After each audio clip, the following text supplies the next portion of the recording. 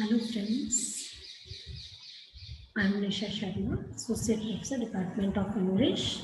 The topic under discussion today is a critical analysis of Thomas Gray's poem, Elegy written in a country churchyard.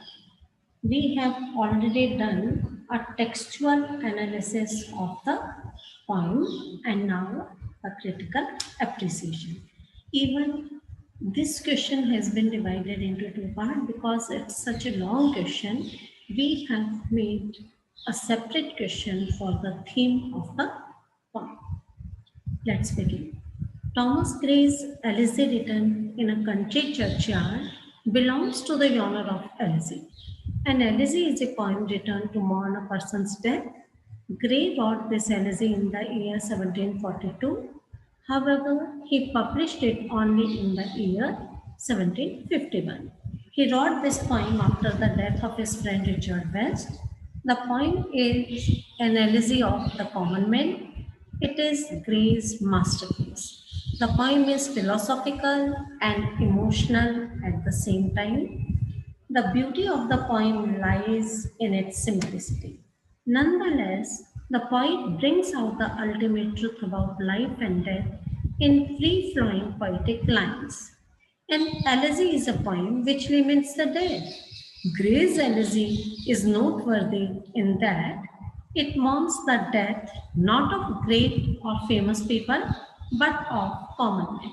The speaker of this poem sees a country churchyard at sunset, which impels him to meditate on the nature of human mortality. The poem invokes the classical idea of memento mori, which is a Latin phrase which states plainly to all mankind, remember that you must die. The speaker considers the fact that in death there is no difference between great and common people. He goes on to wonder if among the low born people buried in the churchyard there had been any natural poets or politicians whose telling had simply never been discovered or nurtured. This thought leads him to praise the dead for the honest and simple lives that they lived. Gray did not produce a great deal of poetry. The elegy written in a country churchyard, however, has earned him a respected and deserved place in literary history. The poem was written at the end of the Augustan age and at the beginning of the Romantic period, and the poem has characteristics associated with both literary periods. On the one hand, it has the ordered, balanced, phrasing, and rational sentiments of neoclassical poetry. On the other hand, it tends toward the emotionalism and individualism of the Romantic poets. Most importantly, it idealizes and elevates the common man. He discarded four stanzas of an earlier version, which were probably read by his friend Horace Walpole, and planned to title the work simply Stanzas until his friend William Mason suggested Elegy instead. A meditation in a burial ground proved a popular theme of that era, and Gray may have first thought of recording his thoughts about a graveyard while living next door to a cemetery in Peterhouse. However, the description of the grounds matches those of the churchyard at Stock Poses, where his mother and aunt lived and he often visited. He mentions unhonored dead, which suggests members of a rural community rather than the distinguished occupants of graves in Cambridge. In addition, the scenery as described by Gray matches the Stock Poses symmetry, particularly that of two yew trees. Although Gray did not at first intend the poem for publication, it so impressed Walpole that he immediately began to circulate it in manuscript form. Now, the summary of the poem. With a total of 34 four-line stanzas in iambic pentameter, the elegy contains three voices.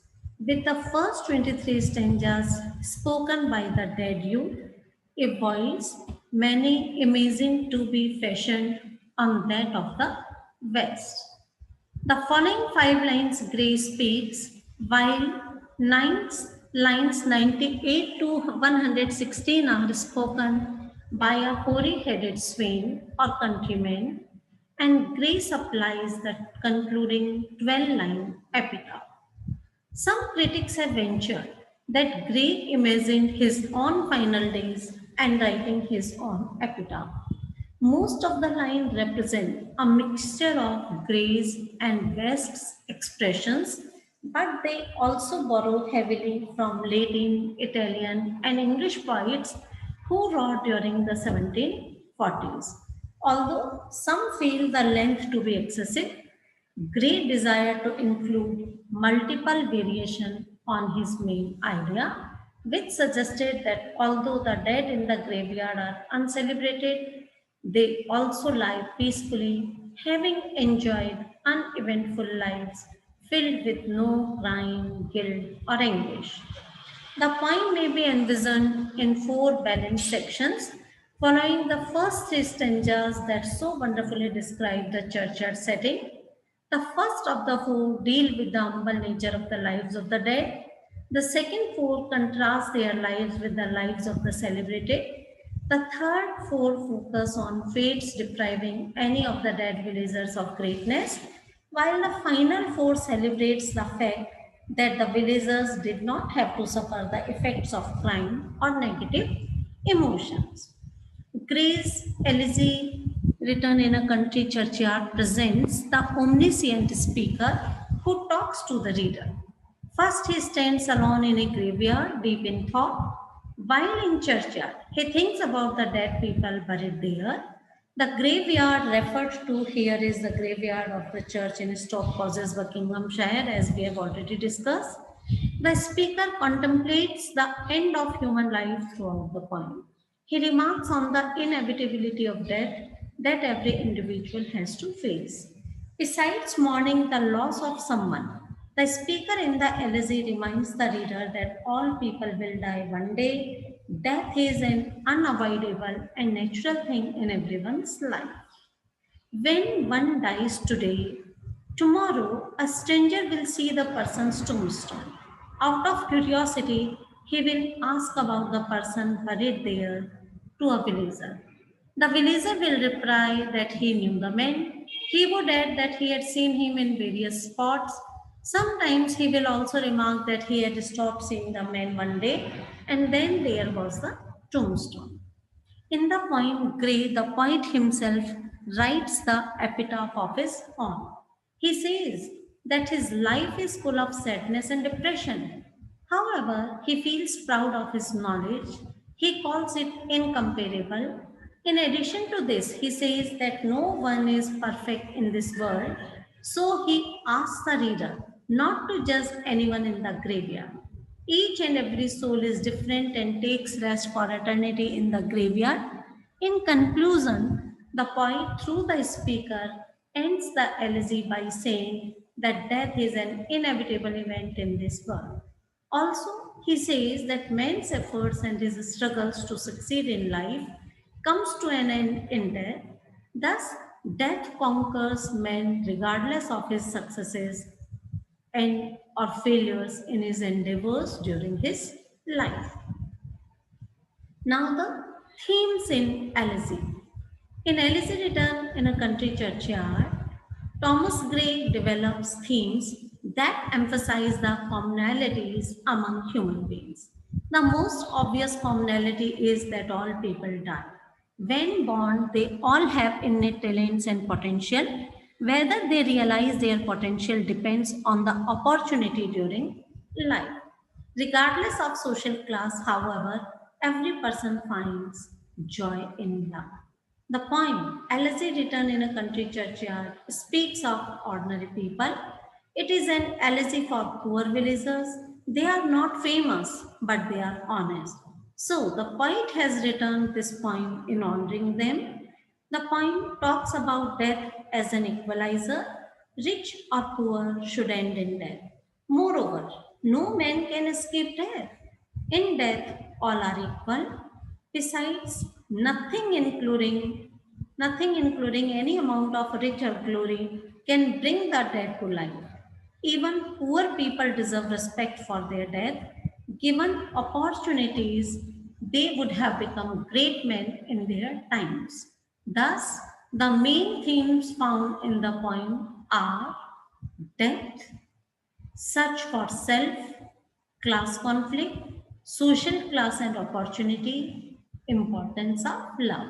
All these topics about the theme of death have been taken care of as a separate question. Now the style. Elegy written in a country churchyard is written in heroic quatrains. A quatrain is a four-line stanza. Heroic quatrains rhyme in an ABAB pattern and are written in iambic pentameter. An an iamb is a poetic foot consisting of one unstressed and one stressed syllable. As in the phrase the world, pentameter simply means that there are 5 feet in each line. Consider, for instance, the first line of Gray's Elegy. The curfew tolls the knell of parting day. When we scan the line or identify its stresses, it appears as follows. The curfew tolls the knell of parting day. Try reading the line aloud. Its regular steady rhythm helps to create a calm and quiet mood, one appropriate to the meditative nature of this poem. Now comes the setting. As far as the setting and mood go, the time is evening and every living being on earth is retiring for the night. As the poem opens, the speaker is seen at the churchyard. He hears the usual evening sounds. The church bell is ringing. The shepherds and their cattle are returning home after the day's work. The location is rural. The atmosphere is subdued and melancholy. Darkness and silence fill the place except for the hooting of the owl, the buzz of the beetle, and the ringing of the bells. Regardless of all this gloom, the speaker stands in the middle of the tombstones in the graveyard. And while there, he imagines the lives of the dead people who silently sleep there. In the first three quatrains, the poet has created a suitable atmosphere required for mourning the death of near and dear ones. Gray selects evening for the time of mourning. This gives him the advantage of suggesting both the ends of a day and the end of life. The evening also suggests the oncoming darkness and night in nature and grief and melancholy in human mind. The melancholic atmosphere of the evening has been intensified by a reference to the grief-stricken silence. It is further enhanced by the sound of the curfew bell, the droning of the beetle, the occasional hooting of the owl, and the dying sound coming from the twinkling of the bells fastened round the necks of the sheep in the distant folds. Gray very carefully creates the setting of the poem in order to set the mood of mourning the first three stanzas. It is needless to say that the evening, the approaching night, and its darkness, prevailing stillness, and the fading sounds contribute to his melancholic mood. In the next four stanzas, the poet passes from particular to general and refers to universal laws of nature. Pride in ancestral history, worldly power, physical beauty, and wealth cannot save one from death. Death is the leveler of the poor and the rich, the beautiful and the ugly, the powerless and the powerful. So, there is nothing to be proud of worldly privileges. In these lines, there is a criticism of those who generally think that they are successful in this world. The generalization also has a moral tone. The analysis of the structure shows that the elegy has wide variety of moods and tones. Though a mood of melancholy runs throughout the poem, it is not always the same. In the beginning, a gloomy mood has been created and it has been associated with a subjective melancholic tone by a reference to me in the fourth line. But the tone soon becomes objective and pitiful as the cause of lamentation is revealed. Again, the tone changes when the tone refers to the universal laws of life and death. Now, form and style of Elegy written in a country churchyard. Elegy is written in heroic quatrains. A quatrain is a four-line stanza. Heroic quatrains rhyme in an ABAB pattern and are written in iambic pentameter. An iamb is a poetic code consisting of one stressed and one stressed, unstressed and one stressed syllable, as in the phrase "the world." Pentameter simply means that there are 5 feet in each line. Consider, for instance, the first line of Grace Alice written in a country churchyard. The curfew tolls the knell of parting day. The poem Elegy consists of 33 stanzas. Each stanza has 4 lines. As an elegy, this poem mourns the death of ordinary men. In this poem, Gray talks about the death and lives of the middle class people. The poem follows all the convention of the elegiac tradition. Scholars look at this poem as a representative piece of literature for the genre of elegy. To begin with, Alice, written in a country churchyard, has heroic quatrains as a stanza. 4 lines with iambic pentameter constitute each stanza. A pentameter consists of 10 syllables. Also, the first and third lines rhyme at the ending. The second and the fourth line rhyme at the ending of each stanza. Secondly, the rhyming scheme is A B A B C D C D E F P F. Thirdly, and most importantly, the poem follows the conventions of an elegy. There is a pastoral setting. However, there are no pastoral characters. The poem ends in the poet's own epitaph. In addition to its great content, the poem has beautifully expressed executed figures of speech in the stanza that talks about hidden gems and desert flowers. Thank you.